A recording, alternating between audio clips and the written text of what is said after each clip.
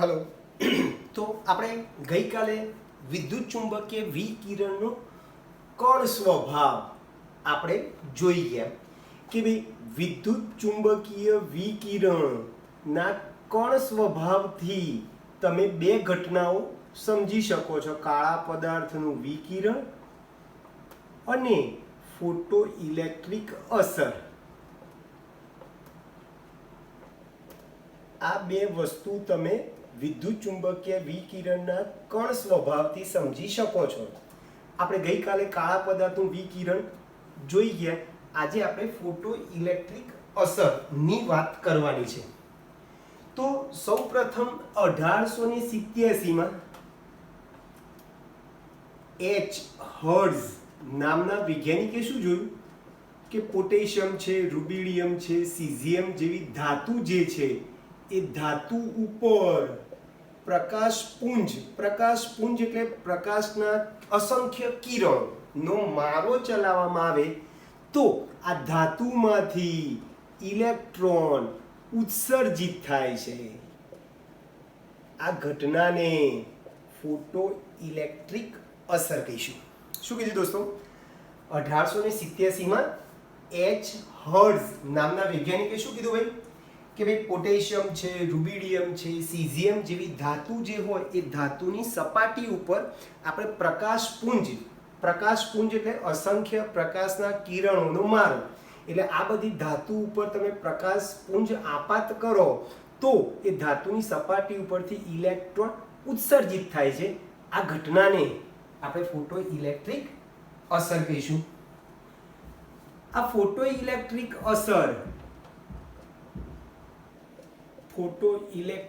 અસર ના પ્રાયોગિક પરિણામો કયા છે? ફોટો ઇલેક્ટ્રિક અસર ના પ્રાયોગિક પરિણામો નાના ત્રણ છે, યાદ રાખજો. નંબર 1 કે જ્યારે આપણે ધાતુની સપાટી ઉપર પ્રકાશપુંજ આપાત કરીએ છીએ તો જેવો ધાતુની સપાટી ઉપર પ્રકાશપુંજ આપાત થાય એટલે તરત જ ધાતુની સપાટીમાંથી ઇલેક્ટ્રોન મુક્ત થાય છે, ઉત્સર્જિત થાય છે. હવે કહેવાનો ભાવ એવો છે કે તમે જેવો પ્રકાશપુંજ આપાત કરો છો તો એવો જ તરત જ ધાતુની સપાટી પરથી ઇલેક્ટ્રોન મુક્ત થાય છે. એટલે પ્રકાશપુંજ આપાત કરવા માટે અને ઇલેક્ટ્રોને મુક્ત થવા માટે એ બંને વચ્ચે કોઈ જાતનો સમયગાળો રહેતો નથી.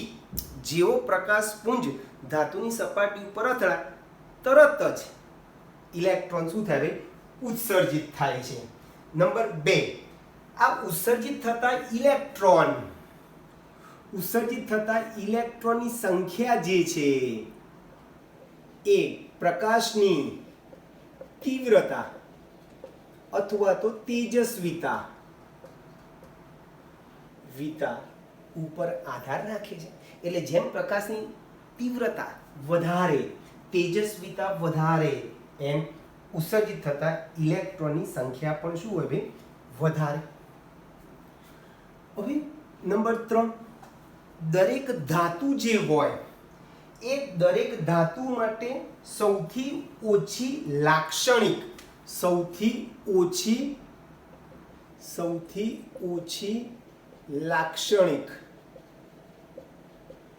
આવૃત્તિ હોય. લાક્ષણિક ન્યૂનતમ આવૃત્તિ હોય છે. ન્યૂનતમ આવૃત્તિ જેને આપણે ν0 કહીશું, જેને દેહલી આવૃત્તિ કહીશું. તો દરેક ધાતુમાં સૌથી ઓછી લાક્ષણિક ન્યૂનતમ આવૃત્તિ હોય છે. આ આવૃત્તિને આપણે દેહલી આવૃત્તિ કહીશું. દેહલી આવૃત્તિ કરતાં જો પ્રકાશની આવૃત્તિ ઓછી હશે તો ફોટો ઇલેક્ટ્રિક અસર જોવા મળશે નહીં. બરાબર યાદ રાખજો. જે સૌથી ઓછી ન્યૂનતમ આવૃત્તિ હોય, દરેક ધાતુની ન્યૂનતમ આવૃત્તિ હોય, જેને આપણે દેહલી આવૃત્તિ કહીશું. એટલે તમારે ફોટો ઇલેક્ટ્રિક ઇફેક્ટ જોવી હોય, અસર જોવી હોય તો તમારે દેહલી આવૃત્તિ કરતાં પ્રકાશની આવૃત્તિ વધારે હોવી જોઈએ. દેહલી આવૃત્તિ કરતાં જો ફોટોનની પ્રકાશની આવૃત્તિ ઓછી હશે તો ફોટો ઇલેક્ટ્રિક અસર તમને જોવા મળશે નહીં. બરોબર છે? એટલે તમારે શું કરવું પડશે ભાઈ? દેહલી આવૃત્તિ કરતા તમારે વધારે આવૃત્તિ હોય આને ધાતુની આવૃત્તિ કહીએ અને આને દેહલી આવૃત્તિ હોય તો જ ફોટો ઇલેક્ટ્રિક અસર થશે અને ઇલેક્ટ્રોનનું ઉત્સર્જન થશે.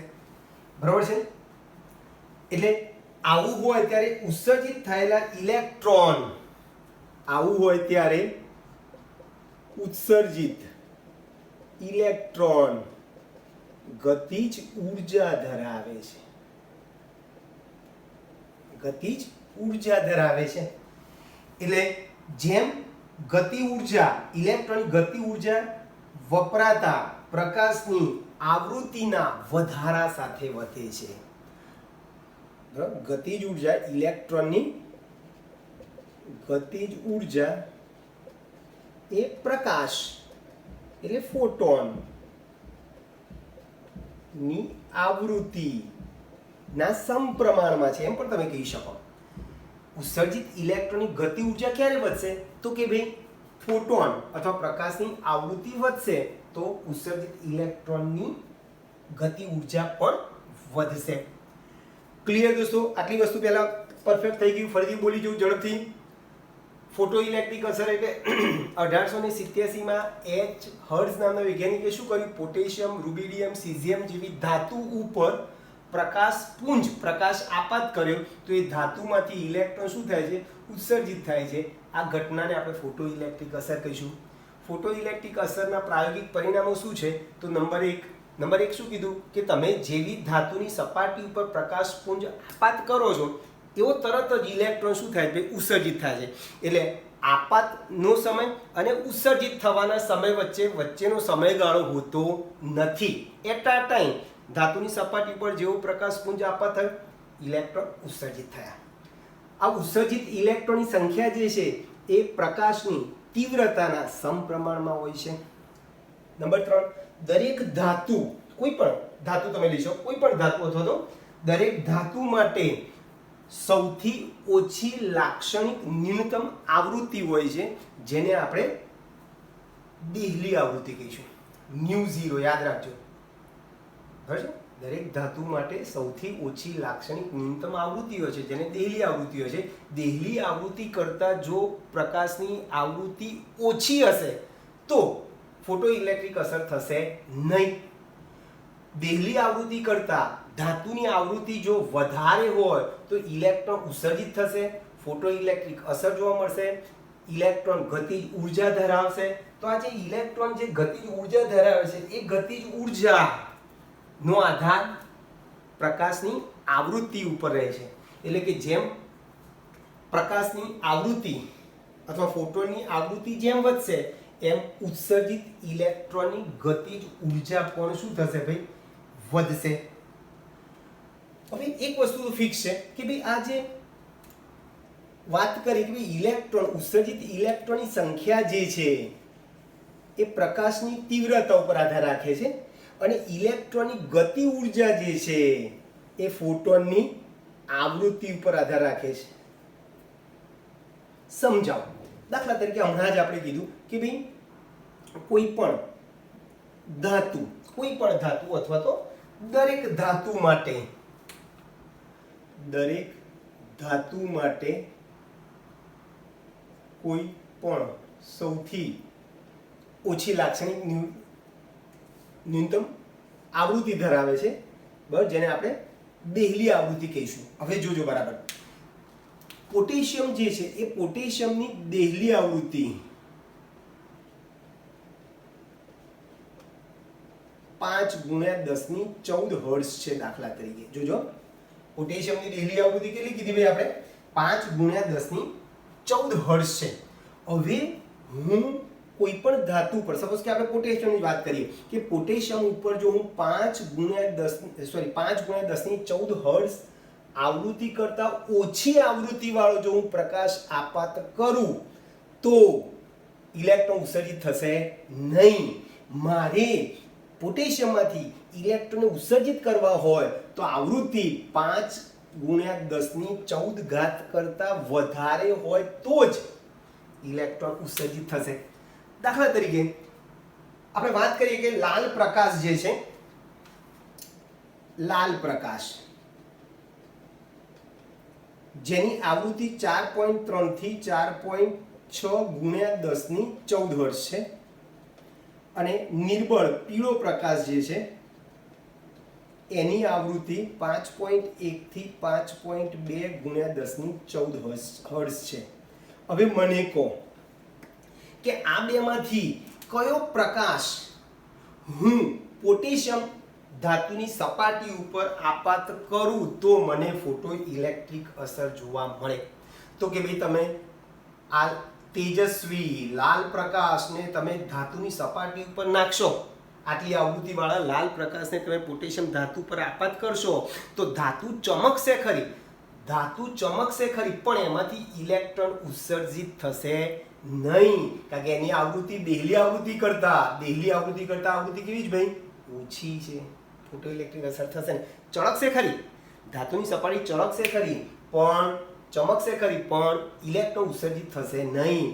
પણ તમે પોટેશિયમની સપાટી ઉપર, પોટેશિયમ ધાતુની સપાટી ઉપર નિર્બળ પીળો પ્રકાશ જેની આવૃત્તિ દેહલી આવૃત્તિ કરતા વધારે છે, આને તમે નાખશો તો તરત જ એમાંથી ઇલેક્ટ્રોન ઉત્સર્જિત થશે. ઇલેક્ટ્રોન ગતિજ ઉર્જા ધરાવશે, ઇલેક્ટ્રોન ગતિજ ઉર્જા ધરાવે. પાક્કું ભાઈ? એટલે બરાબર યાદ રાખજો, ઇલેક્ટ્રોનની ગતિ ઉર્જા જે છે એ પ્રકાશની તીવ્રતા ઉપર આધાર નથી રાખતો. કોની પર આધાર રાખે છે? આવૃત્તિ ઉપર. દેહલી આવૃત્તિ કરતા જો આવૃત્તિ ઓછી હશે ધાતુની, જે તે ધાતુની આવૃત્તિ ન્યૂનતમ આવૃત્તિ એટલે કે દેહલી આવૃત્તિ કરતા જો કેવી ભાઈ આવૃત્તિ ઓછી હશે, કોઈ પણ ધાતુની સપાટી ઉપર તમે કોઈ પ્રકાશ આપાત કરો તો એ પ્રકાશની આવૃત્તિ પેલી દેહલી આવૃત્તિ કરતા ઓછી હશે તો ધાતુ ચમકશે ખરી, પણ ઇલેક્ટ્રોન ઉત્સર્જિત કરશે નહીં. પણ તમે જે પ્રકાશ આપાત કરો છો એની આવૃત્તિ દેહલી આવૃત્તિ કરતા જો વધારે હશે તો ધાતુની સપાટી ચમકશે પણ ખરી અને એમાંથી ઇલેક્ટ્રોન ઉત્સર્જિત પણ થશે, એટલે કે ફોટો ઇલેક્ટ્રિક અસર તમને જોવા મળશે. ક્લિયર ભાઈ? પોટેશિયમની દેહલી ઉર્જા યાદ રાખજો, આના કરતા વધુ આવૃત્તિવાળો પ્રકાશ ફોટો ઇલેક્ટ્રિક અસર દર્શાવે. ભલે આ નિર્બળ છે, આની તીવ્રતા ભલે ઓછી છે, પીળા પ્રકાશની તીવ્રતા ભલે ઓછી છે, પણ એની આવૃત્તિ દેહલી આવૃત્તિ કરતા વધારે હોવાથી એ ફોટો ઇલેક્ટ્રિક અસર બતાવે છે.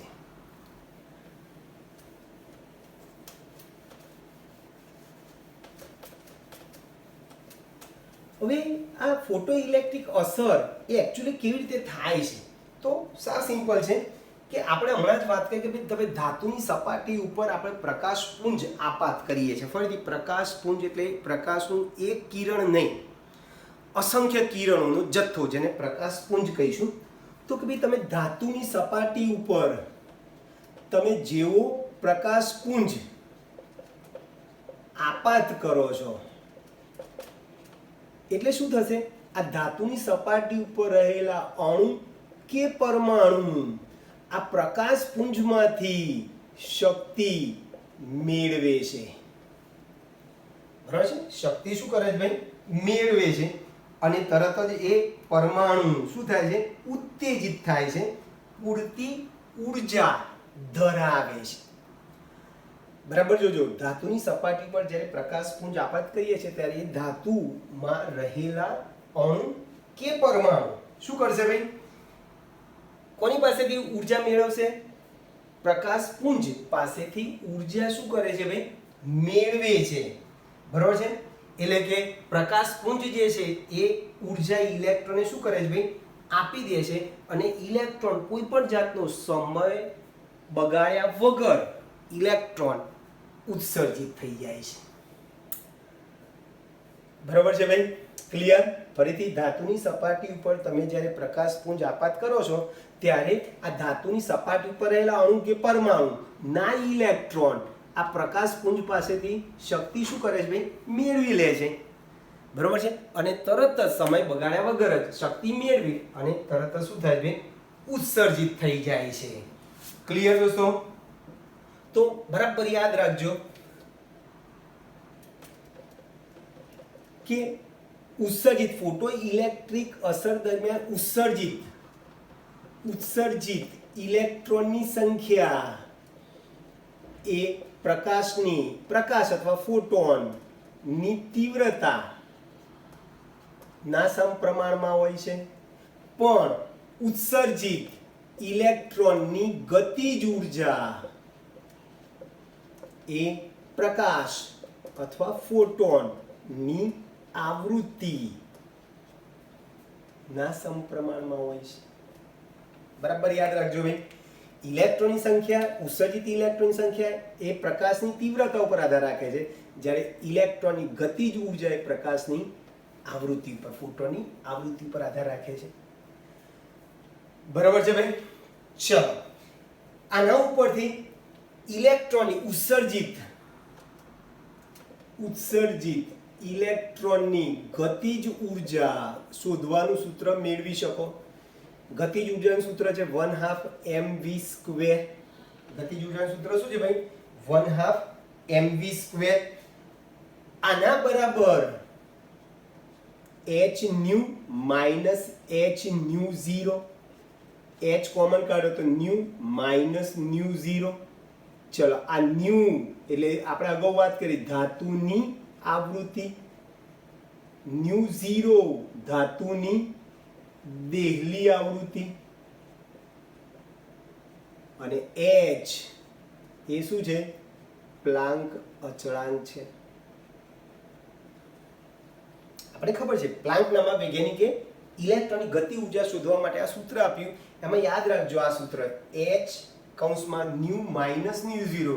આ nu એ ધાતુની ન્યૂનતમ આવૃત્તિ છે, સોરી ધાતુની આવૃત્તિ છે મહત્તમ, અને ન્યૂનતમ આવૃત્તિ જે છે જેને આપણે દેહલી આવૃત્તિ કીધી છે nu 0. આ બંનેનો તફાવતને h વડે ગુણશો તો તમને ઉત્સર્જિત ઇલેક્ટ્રોનની શું મળે છે? ગતિજ ઉર્જા મળે. આના ઉપરથી એક નાનકડો દાખલો પણ પૂછાય છે. આના ઉપરથી નાનકડો દાખલો પણ પૂછવો તો પૂછી શકીએ કે ભાઈ એક ધાતુની દેહલી આવૃત્તિ, બોલો ધાતુની દેહલી આવૃત્તિ, બોલો દેહલી આવૃત્તિ એટલે nu 0.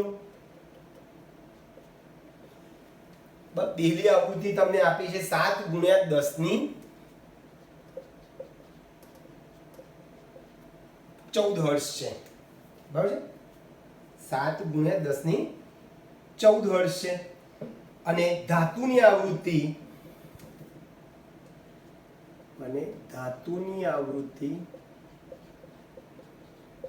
ન્યુ, ધાતુની આવૃત્તિ તમને આપી છે દાખલા તરીકે 1 × 10 15 હર્ટ્ઝ.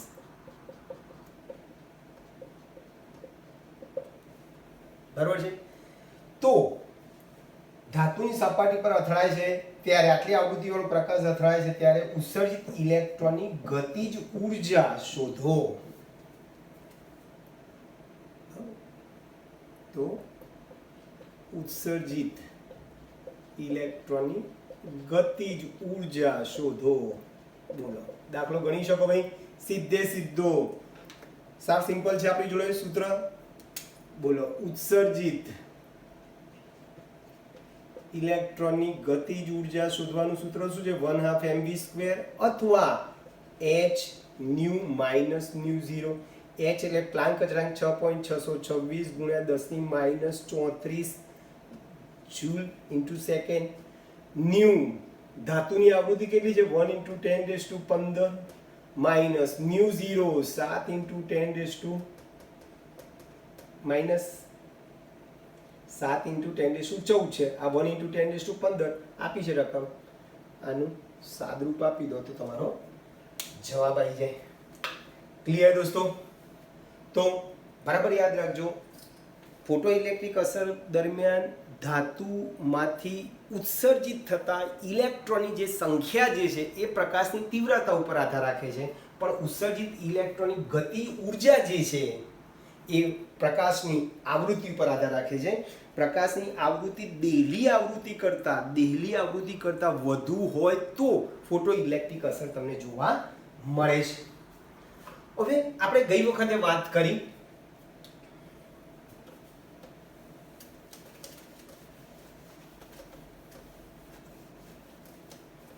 કે ભાઈ વિદ્યુત ચુંબકીય વિકિરણ જે છે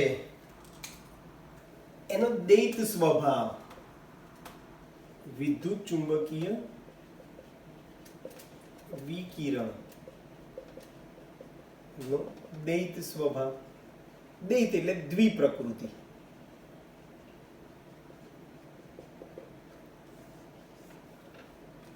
આપણે વાત કરી ગયા કે ભાઈ વિદ્યુત ચુંબકીય વિકિરણ જે છે એ કણ પ્રકૃતિ અને તરંગ પ્રકૃતિ એમ બે પ્રકૃતિ ધરાવે છે. આપણે અગાઉ ચર્ચા કરી ગયા.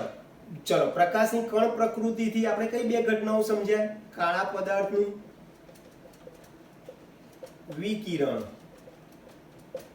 અને ફોટો ઇલેક્ટ્રિક અસર. આ બે ઘટનાઓ તમે કણ પ્રકૃતિથી સમજાવી શકો છો અને તરંગ પ્રકૃતિથી વિવર્તન અને વ્યતિકરણ. આ બે ભૌતિક ઘટનાઓ છે. આ બે ઘટનાઓ તમે તરંગ પ્રકૃતિથી સમજાવી શકો. આમ પ્રકાશ જે છે એ કણ પ્રકૃતિ પણ ધરાવે છે, તરંગ પ્રકૃતિ પણ ધરાવે છે. આમ બે પ્રકારની પ્રકૃતિ ધરાવતો હોવાથી એ દ્વિપ્રકૃતિ એટલે કે દૈત પ્રકૃતિ ધરાવે છે એમ કહી શકો. હવે આના પરથી એવું બી સાબિત થાય કે પ્રકાશ જે છે, પ્રકાશની જેમ ઇલેક્ટ્રોન પણ, પ્રકાશ એટલે ફોટોન, જેમ ઇલેક્ટ્રોન પણ કણ અને તરંગ એમ દ્વિપ્રકૃતિ ધરાવે છે. આવું પણ સાબિત થયું છે. બરાબર છે? પ્રકાશની જેમ ઇલેક્ટ્રોન પણ કણ પ્રકૃતિ અને તરંગ પ્રકૃતિ ધરાવે છે એવું સાબિત થયું છે. ક્લિયર ભાઈ? તો વિદ્યુત ચુંબકીય વિકિરણ બે પ્રકારની પ્રકૃતિ ધરાવે છે, કણ પ્રકૃતિ અને તરંગ પ્રકૃતિ. કણ પ્રકૃતિથી કાળા પદાર્થો વિકિરણ અને ફોટો ઇલેક્ટ્રિક અસર સમજાવી શકો છો. તરંગ પ્રકૃતિથી વિવર્તન અને વ્યતિકરણ જેવી ઘટના સમજાવી શકો છો. બરાબર છે? પ્રકાશની જેમ ઇલેક્ટ્રોન પણ કણ અને તરંગ એમ બંને પ્રકૃતિ ધરાવે છે એવું પણ સાબિત થયું છે. હવે ક્વોન્ટીકૃત ઇલેક્ટ્રોનીય, ક્વોન્ટીકૃત ઇલેક્ટ્રોનીય ઊર્જા સ્તરના પુરાવા.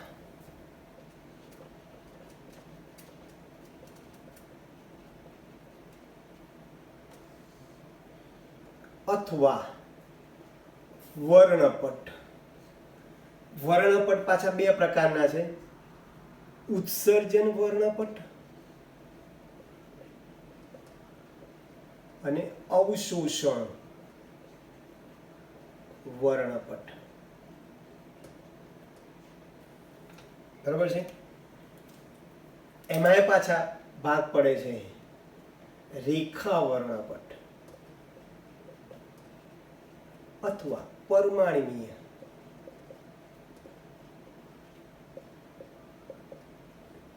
વિશે થોડીક વાતો કરીએ આપણે. તો શરૂઆત આપણે પ્રકાશથી કરવાની છે. ચલો, પ્રકાશ જે છે એ પ્રકાશની ઝડપ જે છે એ કયા માધ્યમમાંથી પસાર થાય છે એની ઉપર આધાર રાખે છે. પ્રકાશની ઝડપ એ કયા માધ્યમમાંથી પસાર થાય છે તેની ઉપર આધાર રાખે છે. બરાબર જોજો, પ્રકાશની ઝડપ જે છે એ કોની પર આધાર રાખે છે? એ પ્રકાશ કયા માધ્યમમાંથી પસાર થાય છે એની ઉપર આધાર રાખે, જેને આપણે કીધું છે વક્રી ભવનાંક અથવા વક્રી ભવનાંક. બરાબર છે? વક્રી ભવન બોલો, વક્રી ભવનાંક બોલો, એકનું એક જ છે. વક્રી ભવન કરતા ખબર છે ને કે જ્યારે કોઈ પ્રકાશનું કિરણ એક માધ્યમમાંથી બીજા માધ્યમમાં દાખલ થાય છે ત્યારે એ અમુક દિશામાં વિચલન પામે છે, અમુક દિશામાં ફંટાય છે. બરાબર છે? જેને આપણે વક્રી ભવન ઘટના કીધી છે. હવે તમને બધાને ખબર છે કે ભાઈ સફેદ પ્રકાશ જે છે, આ સફેદ પ્રકાશને તમે પ્રિઝમમાંથી પસાર કરો તો એમાંથી 7 જુદા જુદા રંગમાં કિરણો બહાર નીકળે છે. બરાબર છે ભાઈ? સામાન્ય સફેદ પ્રકાશ જે છે એને તમે દ્રશ્યમાન વિસ્તારમાં તમે જોશો તો પેલા મેઘધનુષ્ય જેવું તમને દેખાય. સફેદ પ્રકાશને તમે દ્રશ્યમાન વિસ્તારમાં પ્રિઝમમાંથી પસાર કરશો તો તમને જુદી જુદી તરંગ લંબાઈ વાળા વિકિરણો તમને જોવા મળશે. બરાબર છે? એમાંથી જે અસંખ્ય જે તરંગો જે નીકળશે એ તરંગો જુદી જુદી તરંગ લંબાઈ વાળા વિકિરણ સ્વરૂપે બહાર નીકળશે. બરાબર જોજો કે સફેદ પ્રકાશને તમે જ્યારે પ્રિઝમમાંથી પસાર કરો છો ત્યારે પ્રિઝમમાંથી બહાર નીકળ્યા પછી એ જે વિકિરણો જે છે એ વિકિરણો જુદા જુદા રંગના હોય છે કારણ કે એમની તરંગ લંબાઈ જુદી જુદી હોય છે. હવે બરાબર યાદ રાખજો કે વધુ તરંગ લંબાઈ ધરાવતા તરંગો નું વિચલન ઓછું થાય છે જ્યારે ઓછી અથવા નાની તરંગ લંબાઈ ધરાવતા તરંગોનું વિચલન વધુ થાય છે. ઓકે, ચલો આપણે જુદા જુદા રંગ ના તરંગો જોવા મળે છે જેને આપણે વર્ણપટ કહીશું. યાદ રાખજો ભાઈ, સફેદ પ્રકાશને જ્યારે પ્રિઝમમાંથી આપણે પસાર કરીએ છીએ ત્યારે પ્રકાશનું કિરણ જે બહાર નીકળે છે, પ્રકાશનું કિરણ જે છે જુદા જુદા રંગમાં જોવા મળે છે જેને આપણે વર્ણપટ કહીશું. ક્લિયર? ફરીથી છેલ્લી વાર, સામાન્ય સફેદ પ્રકાશને પ્રિઝમમાંથી પસાર કરીએ છીએ ત્યારે સફેદ પ્રકાશનું કિરણ જુદા જુદા રંગીન પટ્ટાઓની શ્રેણીમાં જોવા મળે છે જેને આપણે વર્ણપટ કહીશું. હવે દાખલા તરીકે લાલ પ્રકાશ જે છે એ વધુ તરંગ લંબાઈ ધરાવે છે. બરાબર? એટલે એનું વિચલન કેવું થશે ભાઈ? ઓછું થશે. જ્યારે જાંબલી પ્રકાશ જે છે, બરાબર છે, એની તરંગ લંબાઈ ઓછી છે એટલે એનું વિચલન કેવું થશે ભાઈ? વિચલન જાંબલી પ્રકાશનું વધારે થશે અને લાલ પ્રકાશનું વિચલન કેવું થશે? તમને ઓછું જોવા મળશે. ક્લિયર ભાઈ? એટલે દ્રશ્યમાન વર્ણપટનો વિસ્તાર જાંબલીથી લાલ, દ્રશ્ય વર્ણપટનો વિસ્તાર જાંબલીથી લાલ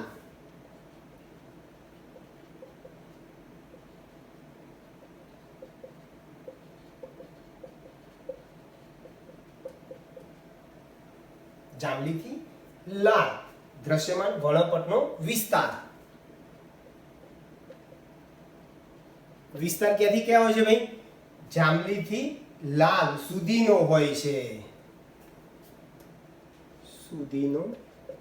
હોય છે. આવા વર્ણપટને સતત વર્ણપટ કહીશું.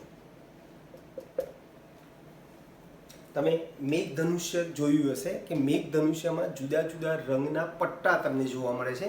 જુદા જુદા રંગના પટ્ટા એટલા માટે જોવા મળે છે કારણ કે એ જે રંગ જે છે દરેક રંગની તરંગ લંબાઈ જુદી જુદી હોય છે અને પરિણામે જુદા જુદા રંગના આપણને પટ્ટા જોવા મળે છે. અને એ જે પટ્ટા જે છે એ જાંબલીથી શરૂ થઈ લાલ સુધીનો વિસ્તાર ધરાવતા હોય છે. આવા વર્ણપટને આપણે સતત વર્ણપટ કહીશું. સતત એટલા માટે આપણે નામ આપીએ છીએ કે જાંબલીમાંથી વાદળી થાય, બરાબર છે? જાંબલીમાંથી કેવું થાય? વાદળી થાય, વાદળીમાંથી લીલો થાય, લીલો પાછો અન્ય રંગોમાં ભળે, બરાબર છે? લીલો પાછા અન્ય રંગોમાં ભળી અને વર્ણપટમાં આકાશ જેવું મેઘધનુષ્ય જોવા મળે છે. ક્લિયર ભાઈ? સતત વર્ણપટ એટલા માટે કીધું કે આપણે એમાં શેમાં કયો રંગ બદલાય છે? જાંબલી વાદળીમાં ભળી જાય એટલે જાંબલીમાંથી વાદળી થાય, વાદળી લીલામાં ભળે અને એ પાછો અન્ય રંગોમાં બળી જાય અને આકાશમાં જે પ્રમાણે મેઘધનુષ્ય જોવા મળે છે એ રીતે તમને વર્ણપટ જોવા મળે છે. એટલે એને સતત વર્ણ, સતત એટલે બદલાવ, રંગ જાંબલીથી લાલ સુધી એકબીજામાં ભળતા હોય છે. યાદ રાખો, ભળવું એટલે જાંબલી એ વાદળીમાં ભળે, વાદળી લીલામાં ભળે, લીલો બીજા રંગોમાં ભળે અને આકાશમાં જે પ્રમાણે મેઘધનુષ્ય રચાય છે એ જ પ્રકારનું ધનુષ્ય, એ જ પ્રકારના રંગો તમને વર્ણપટ ઉપર જોવા મળે છે. આવા વર્ણપટને આપણે સતત વર્ણપટ એવું આપણે નામ આપ્યું છે. ક્લિયર દોસ્તો? હવે વિદ્યુત ચુંબકીય વિકિરણ જ્યારે પદાર્થ સાથે પ્રક્રિયા કરે છે, આપણે કીધું ફોટો ઇલેક્ટ્રિક અસરમાં શું થશે કે વિદ્યુત ચુંબકીય વિકિરણ, જેને આપણે ફોટોન કહીશું, પ્રકાશ કહીશું, એ જ્યારે ધાતુની સપાટી ઉપર અથવા પદાર્થ ઉપર અથડાય છે ત્યારે શું થશે? એ પદાર્થમાં રહેલ પરમાણુ કે અણુ એ ફોટોનની ઉર્જાનું ક્વોન્ટમ સ્વરૂપે શોષણ કરશે અને એ ઉત્સર્જિત ઇલેક્ટ્રોન નીચા ઉર્જા સ્તરમાંથી ઊંચા ઉર્જા સ્તરમાં જાય છે. સમજો બરાબર? કોણ? વિદ્યુત ચુંબકીય વિકિરણ જ્યારે પદાર્થ સાથે પ્રક્રિયા કરે છે ત્યારે એ પદાર્થમાં રહેલા પરમાણુ કે અણુઓ ઉર્જાનું શું કરે છે ભાઈ? અવશોષણ કરે છે. ઉર્જાનું અવશોષણ કરી અને એ પદાર્થ ક્યાંથી ક્યાં જાય ભાઈ? નીચા ઉર્જા સ્તરમાંથી ઊંચા ઉર્જા સ્તરમાં જાય છે. હવે એ ઊંચા ઉર્જા સ્તરમાં જ્યારે પદાર્થ જાય છે ત્યારે એની ઉર્જા વધતી હોવાને કારણે એ ઊંચી ઉર્જા અસ્થાયી બને છે. એટલે જ્યારે ઊંચી ઉર્જામાંથી જ્યારે પરમાણુ પાછો નીચા ઉર્જા સ્તરમાં આવશે ત્યારે એને જેટલી ઉર્જાનું અવશોષણ કર્યું હતું એટલી જ ઉર્જાને શું કરશે? ઉત્સર્જન કરે છે અને આ શોષિત અથવા ઉત્સર્જિત ઉર્જાને કારણે આપણને વર્ણપટ જોવા મળે છે. બરોબર છે ભાઈ? ચલો બરાબર જોજો. આ નીચી ઉર્જા ધરાવતો સ્તર છે, બરાબર? અવસ્થા છે. નીચી ઉર્જા ધરાવતી અવસ્થા છે. આ ઊંચી ઉર્જા ધરાવતી અવસ્થા છે. હવે જ્યારે અહીંયા પદાર્થ છે, કોઈ ઇલેક્ટ્રોન છે, ચલો હવે આ ઇલેક્ટ્રોન પર જ્યારે વિદ્યુત ચુંબકીય વિકિરણ, પ્રકાશ, ફોટોન આપાત કરીએ છીએ ત્યારે એ ઇલેક્ટ્રોન નીચા ઉર્જા સ્તરમાંથી ઉર્જાનું અવશોષણ કરી નીચા ઉર્જા સ્તરમાંથી ક્યાં જાય? ઊંચા ઉર્જા સ્તરમાં. ઊંચા ઉર્જા સ્તરમાં એ પદાર્થ કેવો બને ભાઈ? અસ્થાયી બને. એટલે ત્યાંથી પાછો એ પદાર્થ નીચા ઉર્જા સ્તરમાં આવશે ત્યારે નીચેથી ઉપર જવા માટે જેટલી ઉર્જાનું અવશોષણ કર્યું એટલી જ ઉર્જાને શું કરે ભાઈ? ઉત્સર્જન કરે છે. અને આ ઉત્સર્જિત થતી ઉર્જાને અનુરૂપ તરંગ લંબાઈ વાળો, અનુરૂપ આવૃત્તિ ધરાવતો દ્રશ્યમાન વિસ્તારમાં આપણને રંગ જોવા મળે છે, રેખા જોવા મળે છે, વર્ણપટ જોવા મળે છે. આવા વર્ણપટને અવશોષણ વર્ણપટ, નીચેથી ઉપર જાય ત્યારે તમને ચોક્કસ રંગ જોવા મળશે. અવશોષણ વર્ણપટ, ઉપરથી નીચે જ્યારે પદાર્થ આવશે ત્યારે પણ વર્ણપટ જોવા મળશે, જેને આપણે ઉત્સર્જન વર્ણપટ કહીશું. બરોબર છે? આ જે ઉત્સર્જન વર્ણપટ જે છે અને અવશોષણ વર્ણપટ જે છે એ બંને એકબીજાના નેગેટિવ, ફોટોગ્રાફીની નેગેટિવ જેવા હોય છે. તમે ચોપડીમાં આકૃતિ તમે જોશો, ચોપડીમાં આકૃતિ આઈ થિંક 2.7 જે છે એ 2.7 તમે આકૃતિ તમે જોશો, સોરી 2.10 આકૃતિ, તો એ આ જે ઉત્સર્જન વર્ણપટ અને અવશોષણ વર્ણપટ જે છે એ ફોટોગ્રાફીની નેગેટિવ જેવી હોય છે. એનો શું થાય છે કે ઉત્સર્જન વર્ણપટ તમે આકૃતિ 2.10 જોજો તો એમાં તમે જુદા જુદા રંગ છે. ઉત્સર્જન વર્ણપટમાં જે બાજુ રંગ હશે એના કરતાં ડાબી બાજુ જે રંગ હશે એમાં અહીંયા જમણી બાજુ રંગ હશે. અવશોષણ વર્ણપટમાં બંને વર્ણપટ જે છે એ ફોટોગ્રાફીની નેગેટિવ જેવા છે, ઉલટ સુલટ તમને જોવા મળે રંગ. હવે એ વર્ણપટમાં અમુક જગ્યાએ કાળા ભાગ જોવા મળે છે, એનો અર્થ કે ત્યાં જે છે એ ચોક્કસ તરંગ લંબાઈ ધરાવતો તમને પ્રકાશ જોવા મળે નહીં, રંગ જોવા મળતો નથી, પરિણામે ત્યાં આપણને કાળો ભાગ જોવા મળે છે. એટલે શોષિત વિકિરણમાંથી ગુમ થયેલી અથવા ન મળતી તરંગ લંબાઈ, ગુમ થયેલી અથવા તો શોષિત ન થયેલી, શોષિત વિકિરણમાંથી ગુમ થયેલી અથવા ન મળતી તરંગ લંબાઈ પેલા તેજસ્વી વર્ણપટમાં જોવા મળતી નથી. એટલે ત્યાં આપણને કાળો ભાગ દેખાય છે. એટલે જે આવૃત્તિ, દ્રશ્યમાન વિસ્તારમાં જે આવૃત્તિ નથી, બરાબર, જેનું શોષણ કે ઉત્સર્જન થતું નથી, ત્યાં તમને કાળો ભાગ દેખાય છે. ખાસ કરીને વાયુમય કલા તમે લો તો વાયુમય કલામાંથી તમે જ્યારે આ શોષણ ઉત્સર્જન વર્ણપટ મેળવશો ત્યારે એમાં બધી રેખાઓ જોવા મળે છે. બરાબર છે. વાયુમય કલા અથવા તો વાયુમય પદાર્થ અથવા વાયુમય અવસ્થામાં પરમાણુઓના ઉત્સર્જન વર્ણપટ લાલથી જાંબલી સુધી સતત હોતા નથી, પરંતુ એ લાલથી જાંબલી સુધીમાં અમુક જગ્યાએ કાળો ભાગ જોવા મળે છે. એ કાળો ભાગ જોવાનું કારણ શું થાય છે? તો અમુક જગ્યાએ વિશિષ્ટ તરંગ લંબાઈ અથવા અમુક તરંગ લંબાઈ જેનું શોષણ, અમુક પ્રકાશનું શોષણ કે અવશોષણ થતું નથી, અને એને કારણે ત્યાં આપણને કાળો ભાગ જોવા મળે છે. બરોબર છે. એટલે રેખાઓ જોવા મળે છે. વાયુમય કલામાં રેખાઓ જોવા મળતી હોય તેને રેખા વર્ણપટ પણ કહી શકે. એટલે રેખા વર્ણપટમાં શું, સપોઝ કે આ એક લાલ રંગ છે, આ જાંબલી રંગ છે, આ પીળો રંગ છે, આ કાળો જાંબલી છે, જાનેવાલા પીનાર, તો અહીંયા વચ્ચે અમુક જગ્યાએ તમને રંગ જોવા ના મળે, એટલે ત્યાં કાળો ધબ્બો જોવા મળે છે. એટલે આ અવશોષણ વર્ણપટ અને ઉત્સર્જન વર્ણપટ જે છે એ ફોટોગ્રાફી ફિલ્મની નેગેટિવ જેવી છે. એટલે તમે આકૃતિ 2.10 જોશો આ વર્ણપટ, તો શું થશે, એમાં તમને ડિઝાઇન, રંગ આખા જુદા દેખાશે. ડાબી બાજુ અવશોષણ વર્ણપટનો જે પટ્ટો છે, વર્ણપટ છે, એના કરતાં નીચે ઉત્સર્જન વર્ણપટ જે છે એ બંનેના રંગ તદ્દન વિરુદ્ધ તમને જોવા મળશે, અને એમાં અમુક જગ્યાએ કાળો ભાગ જોવા મળે છે. આ કાળો ભાગ શું સૂચવે છે કે ત્યાં ચોક્કસ તરંગ લંબાઈ ધરાવતા પ્રકાશનું, ફોટોનું અવશોષણ કે ઉત્સર્જન થતું નથી, પરિણામે ત્યાં આપણને કાળો રંગ દેખાય છે, અને પરિણામે આપણને ત્યાં રેખાઓ જોવા મળે છે. આથી આને રેખીય વર્ણપટ પણ તમારે કહેવું હોય તો તમે કહી શકો છો. ઓકે દોસ્તો, તો અહીં સુધી આપણે રાખીએ છીએ. બરાબર છે. મળીએ આવતી વખતે. બાય.